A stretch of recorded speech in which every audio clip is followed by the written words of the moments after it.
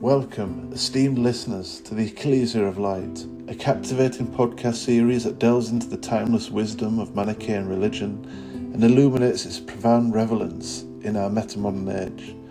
We extend our gratitude for your presence and undeniable curiosity, as together we embark on this enlightening journey.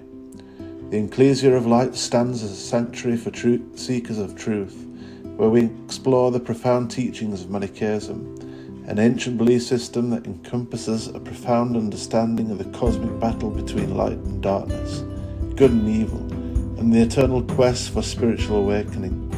By merging this age-old wisdom with the complexities of our current existence, we strive to shed light on the challenges of living as Manichaeans in a metamodern world. Within each episode, we invite you to delve into profound discussions surrounding the Manichaean faith, approach to existential questions, ethical dilemmas, and the duality that permeates our existence. Through thought-provoking dialogues with esteemed scholars, spiritual leaders, and practitioners, our podcast aims to deepen your understanding of this multifaceted religion, enabling you to navigate the complexities of our metamodern age with renewed wisdom and clarity. In order to sustain the growth and continuation of this enlightening endeavour, we humbly request your support through donations. Your generosity will enable us to enhance the production quality, conduct extensive research, and reach a wider global audience hungry for the illumination that Manichaeism brings. Together, we can nurture a community of truth seekers and honour the timeless teachings of the Ekklesia of Light. To learn more about our podcast series, access valuable additional resources, or contribute to our cause, we kindly invite you to visit our website at www.ekklesiooflight.com. There you will find a wealth of information, past episodes, and supplementary materials that further explore the profound depths of the Manichaean faith and its application to our modern lives.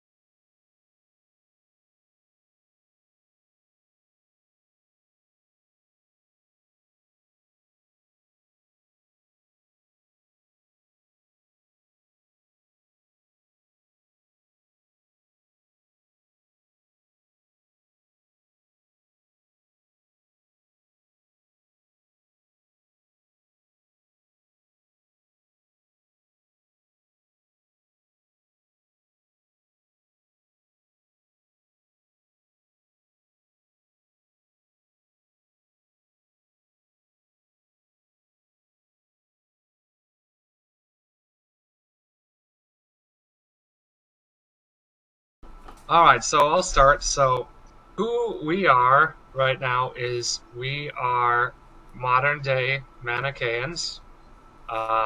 We are active in a collaborative effort called the Ekklesia, which this is just a Greek word meaning assembly or church of light.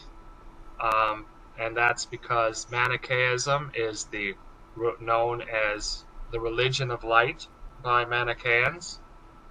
And that is because Manichaeism is a religion all about uh, locating, identifying, and redeeming the light that is everywhere scattered within the creation, Yep. within And material world. to sum it up, it's basically two principles, light and dark, and then there's three times, which essentially translates to beginning, middle, and end. Beginning being when they were both separate, now being when they are both intermeshed, with matter and light being combined essentially, and then the end will be whenever they become separate again. Right, and that is the core feature of the religion is its dualism. This idea of that makes it unique compared to most of the other religions of the world, which are monistic. That is, they believe that reality, most religions believe reality in the world proceed from a singular source.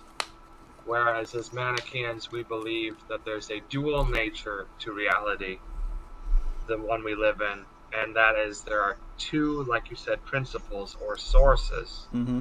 that are the origin for everything in the world, and there's this sort of unnatural mixture that has given rise to the realm we live in. Yep. And basically, this entire religion is centered around redeeming that light and freeing it. But that about sums up the religion itself. So my name's Oscar Manzano, and I've been basically working on compiling all of the texts that remain because many of them were destroyed throughout history, unfortunately. If they weren't, I'm sure there would be some amazing things to read, but you know, what can you do? But what I've been compiling is basically just letters I've been finding. I have the Cologne Mani Codex, lots of hymns, the Shaburagan, and a bunch of other texts that are being compiled by me right now into what I'm calling the Compendium. And that is almost done and will be available at least in a physical version soon, and then a PDF version. And I'm working to get all of those individually out as PDFs as well. So basically, I'm just trying to make all of that available because I think that that's very important that people can have access to those easily and not have to buy $200 scholarly books in order to be able to read one piece of text. So that's generally what I've been working on. So my name is Cole Nelson, and I manage the Manichaean. I'm an administrator for the Manichaeism, the Religion of Light Facebook group, which we invite and encourage you to join.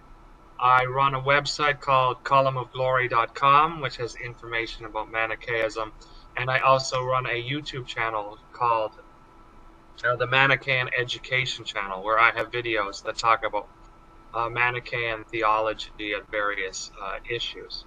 I want to mention here is Oscar, who talks about his work in translating. Many of these, works of literature will sound foreign to you, like the Shapuragan, etc., because Manichaeism.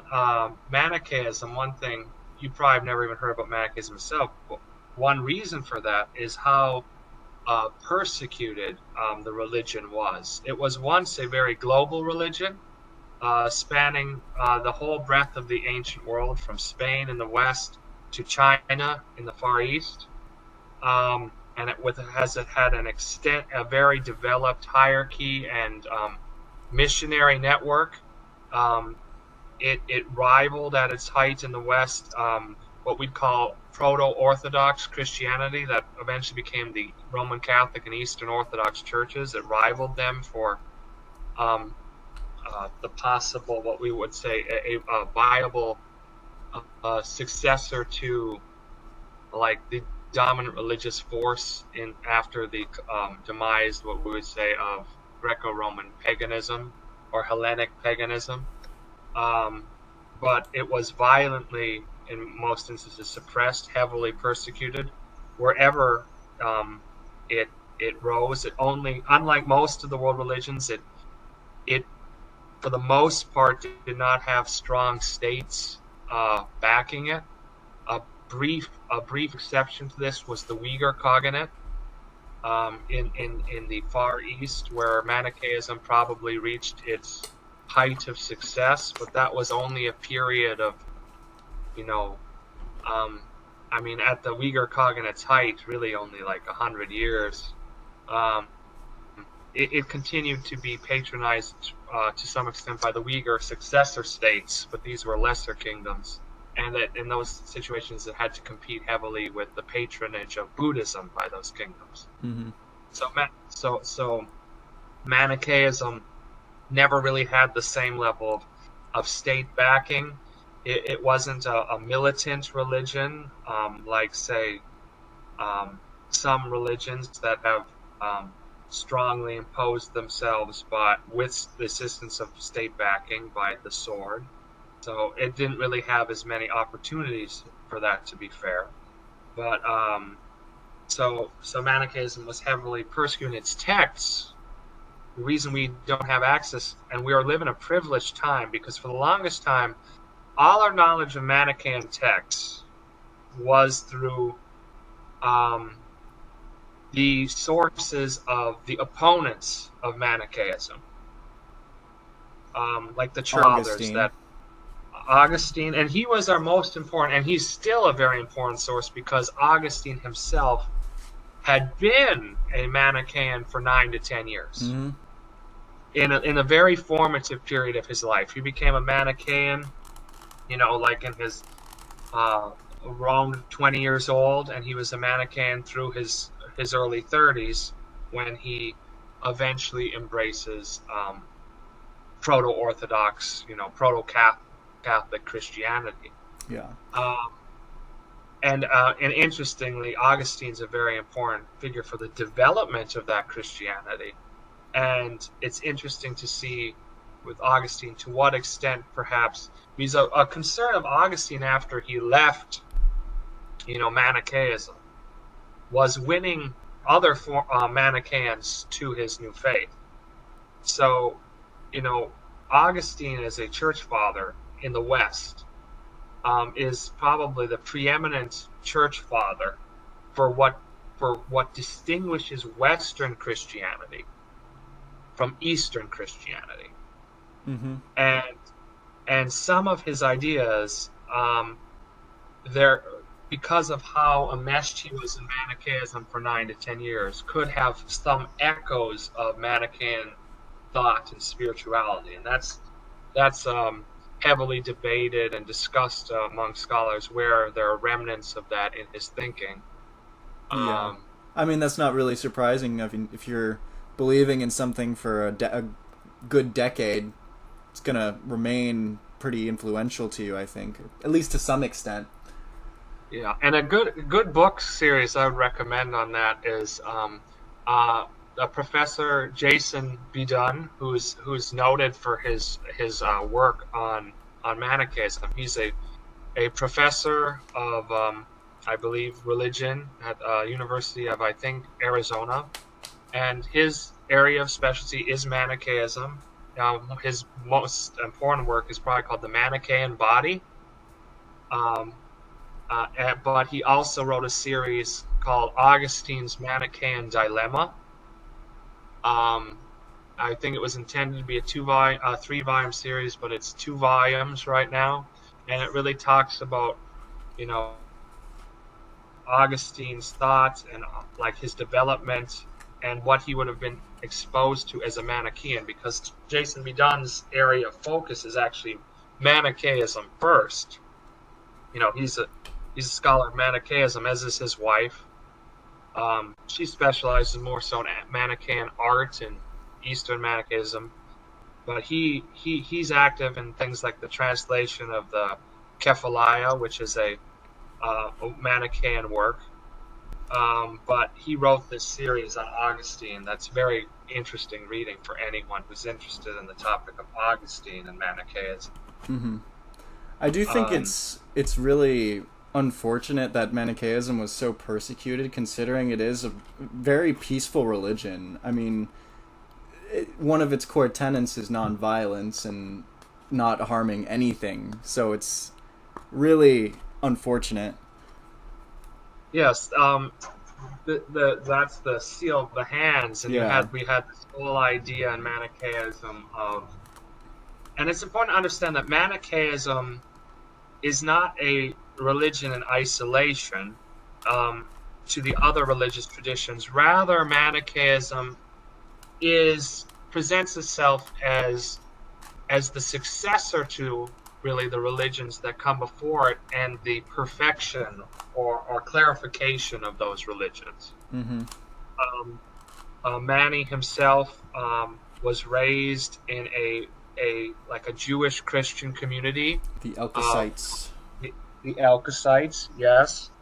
But also in an environment that was very religiously pluralistic, and he would have been exposed to Gnostic and Zoroastrian ideas.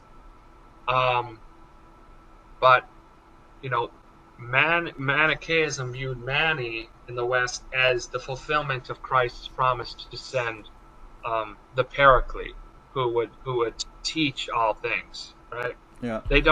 Manichaeans didn't see that promise as fulfilled at Pentecost, as is contained in the book of Acts. They viewed that promise as fulfilled in the person of Mani, who long before the time of Muhammad was viewed as sort of this seal or summation of previous prophecy. Right. Yeah. With Christ having been Mani's most significant predecessor, and really Mani himself just addressed himself or viewed himself as an apostle of Jesus, who clarified and made clear Christ's actual teaching. Mm-hmm. And also Manichaeans, they viewed Manichaeism, at least old Manichaeans did, they viewed Manichaeism as like a more pragmatic Christianity, is what I read somewhere. I think in one of the books about Ekklesia and the Manichaean community there. I remember reading that, which I think is also pretty interesting. Oh, no, it's pragmatic. I mean, it's hard to say pragmatic in the sense that Manichaeism was actually, in some respects, a much more serious religion because of the extreme asceticism of the elect. Oh, absolutely. Yeah. It would be hard to call that pragmatic. Yeah. But of course, there's a very huge difference between the lived life of the elect and the typical Manichaean believer or hearer. Mm-hmm. I would say that when it comes to the hearers, Manichaeism was far less demanding and far more understanding of human frailty than, say, Orthodox Christianity is. Yeah. And that's because in Manichaeism there's this understanding more or less that this is not like in Christianity you got one go around, it's Mm-hmm. appointed, the scriptures say it's appointed man to live once, and after this comes judgment. Mm-hmm. And Christians usually interpret that text to mean that we live one time, then we go before the judgment seat of Christ. Remember, we go before what's called the particular judgment, Mm-hmm. and then we experience a foretaste of heaven or hell, and then we're raised from the dead on the last day and judged again in the general judgment, and then go to our eternal heaven or hell. But there's this idea that you only live once, and so it's imperative that you come to faith or become holy or whatever in this life. Mm-hmm. Whereas in Manichaeism, like the Eastern Dharmic religions, has in reincarnation. It's a little different than the Eastern view, because our individuality or soul is actually based a result of a conglomeration of light particles, and our individuality is also the result of the mixture of particles in us that kind of come apart to various degrees at our death. But there is this idea that the spiritual component, as the spirit in us or whatever, will re-enter a body or bodies after we die, so that it's not the end all be all if we don't in this lifetime attain perfection and the salvation that is through that. Right. There are more chances or opportunities, I guess. Right. And in fact, because humans are viewed as a mixture of light and darkness, and because light and darkness each act according to their nature, Manichaeans would often quote Christ in Matthew, who said, "A bad tree cannot produce good fruit, and a good tree cannot produce bad fruit," right? Mm-hmm. And by your fruit you'll know that. I was talking about these two natures. Darkness cannot do anything that is morally good.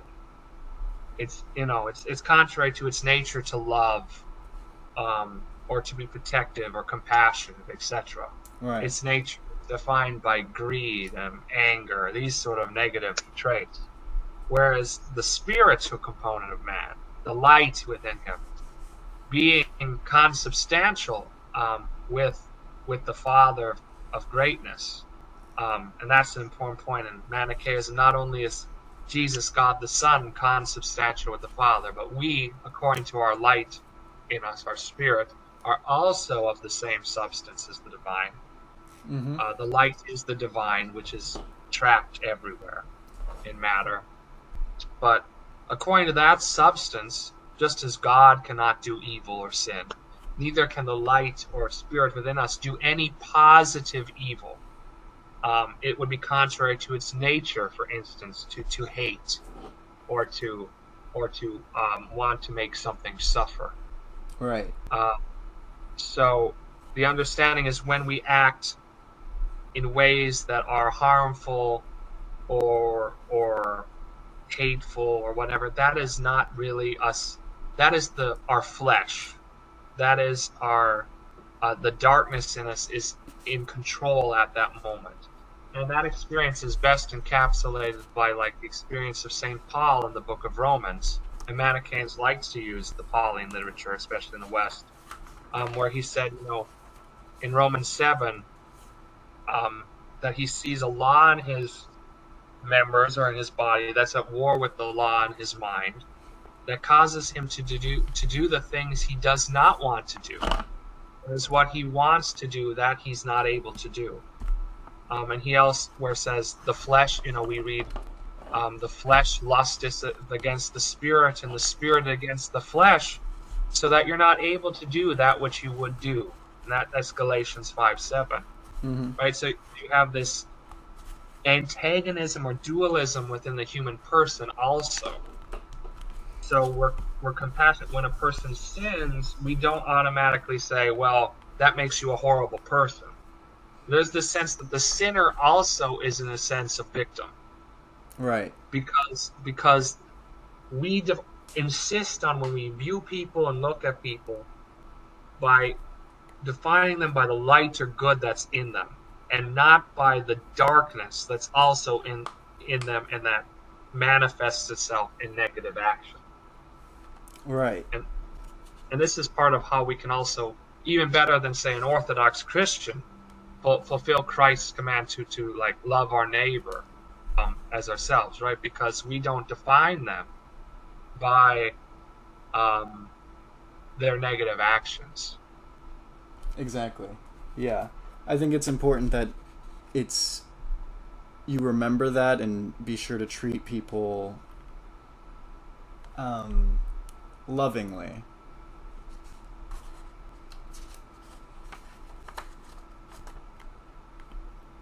Absolutely, and that's part of the main thing that Manichaeism, I think, has to offer the world, is in a world which is, I believe, increasingly factionalized and increasingly prone to demonizing the other.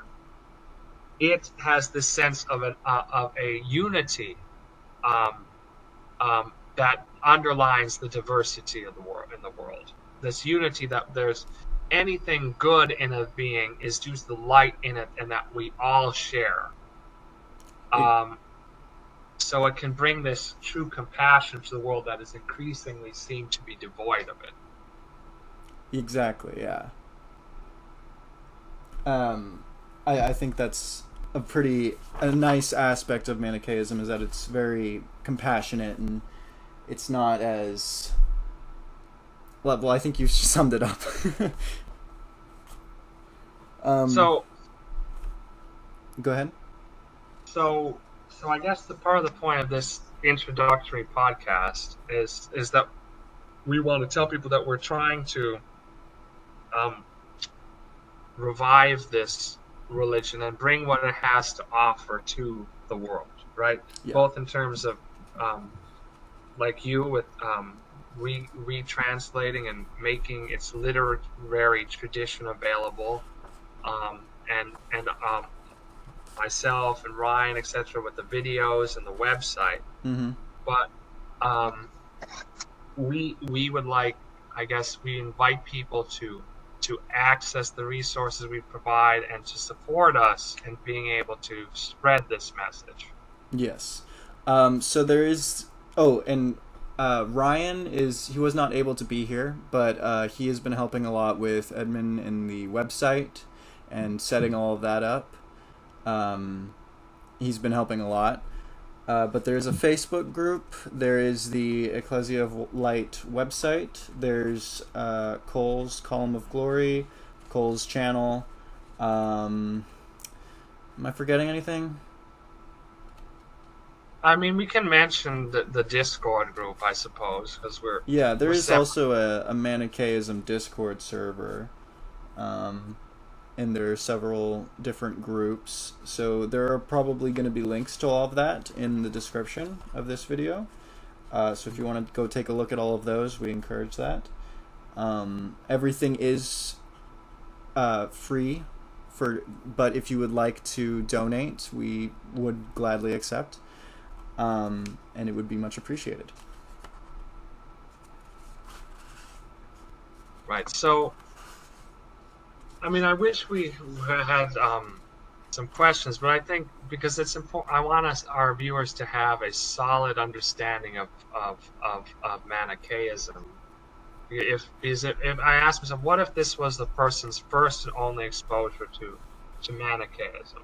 Right.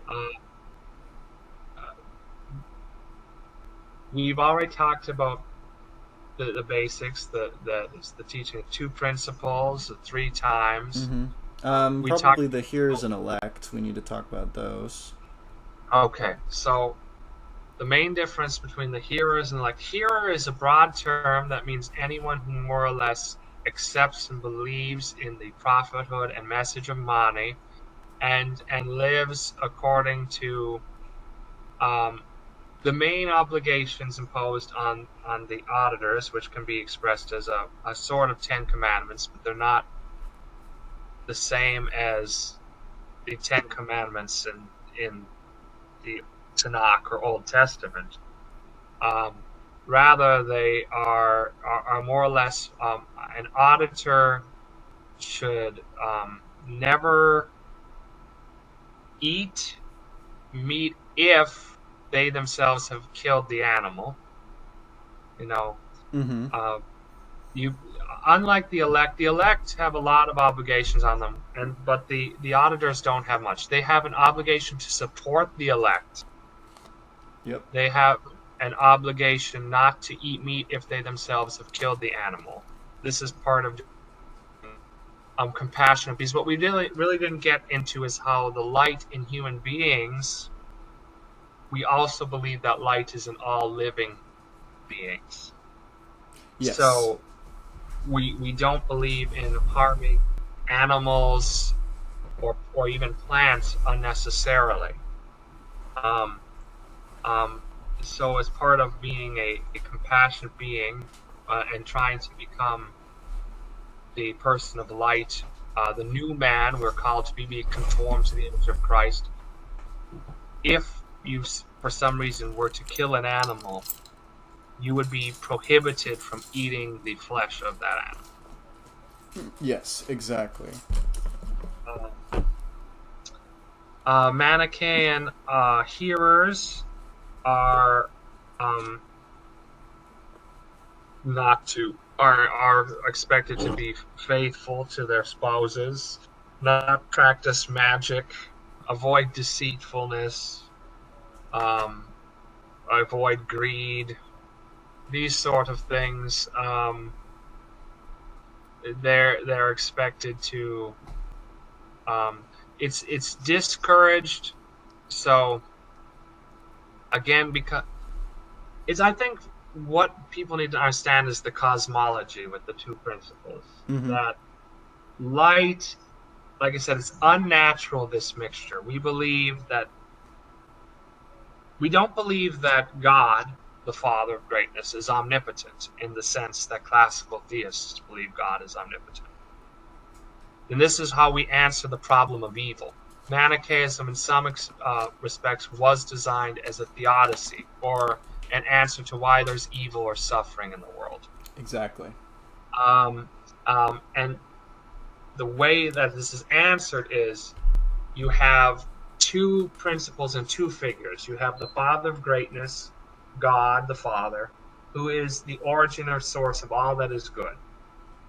And then you have the Prince of Darkness, or the King of Darkness, and the demons, the archons, whatever you want to call them, and that they're the source or a metaphysical source of all that is evil.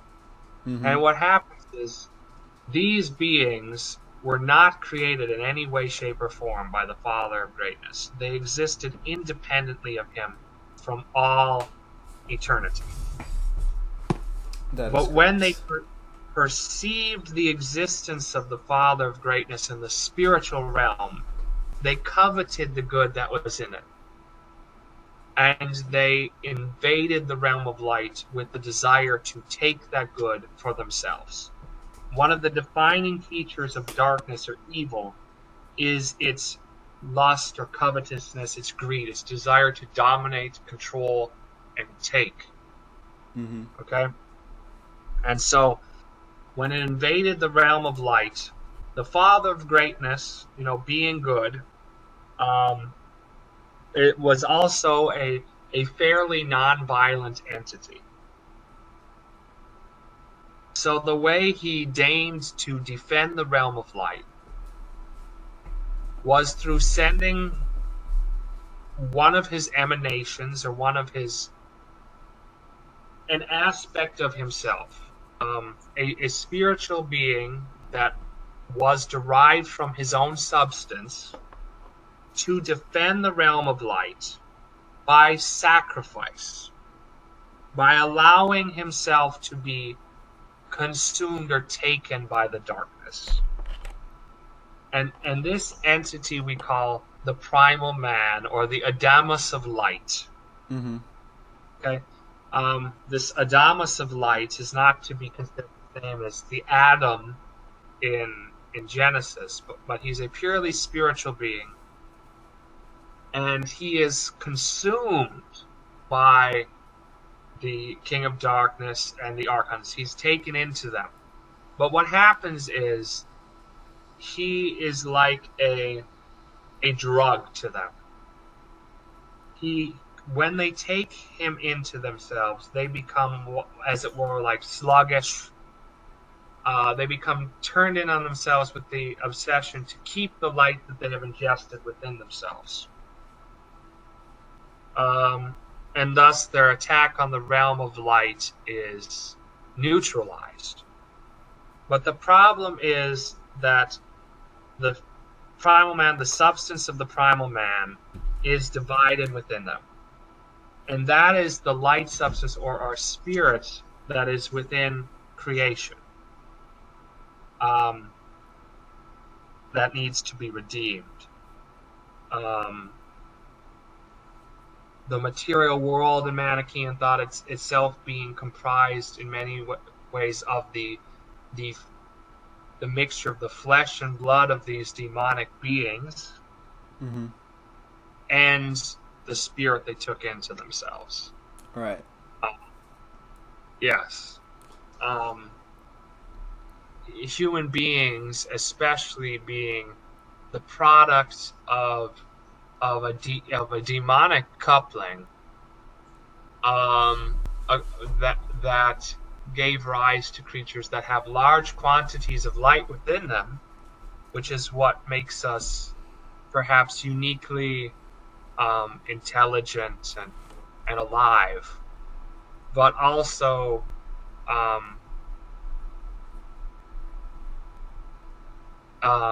uniquely placed where we have an obligation to take that light that's trapped in us and transcend our material or physical demonic flesh. Right. We believe when Jesus said to the Pharisees that ye are of your father the devil, that he actually was referring to their flesh. We believe that according to our material, fleshly existence, we're demonic. But according to our spirit, we're divine. And we have an obligation to assist in the releasing of that in ourselves and in the in the world. Mm-hmm. So we believe animals and plants have portions of that divine spirit like we do. And so we have an obligation not to harm it. We equate the world with the cross of Christ, the material world. Right. We call it the cross of light. And on the material world, everything that's living is in life, in many ways, is a product of light. Everything that's living is suffering because of its being limited and confined to material existence in which it can suffer, feel pain, etc. Yeah. So we have an obligation then to treat every living thing as though it were more or less Christ, and try not to contribute to its ongoing crucifixion. Mm-hmm. So we want to cause as little pain, as little suffering as possible. Exactly. And I think that's a really important message for today. Also, I do have to go soon, so do you want to wrap up with a prayer? Well, we can. I did not think this was a half hour. It's been 35 minutes. Oh, okay. Well, first, before we jump to that, if I have just a minute here. Absolutely. I'm hoping that as we go forward with more of these podcasts, and maybe we need a more structured format, but if we go forward, I'm hoping we can get questions about people wanting to understand more about this religion that was a lived religion by thousands and thousands of people for more than 1,000 years. Mm-hmm. I'm hoping we can get viewers, welcome viewers to ask questions. That's one thing I want them to take away from listening to this podcast. If you have any questions from listening to this, feel free to ask. We plan on doing these podcasts every Sunday. Mm-hmm. Maybe we could get you on the air to ask these questions and to help you better understand Manichaeism. I think that's an important takeaway. And to check out the website, what's the URL of that website, Oscar? It's ekklesiooflight.com. Okay, and they can also check out my website, columnofglory.com. Mm-hmm. And all of those links will be in the description of this video. Okay, good.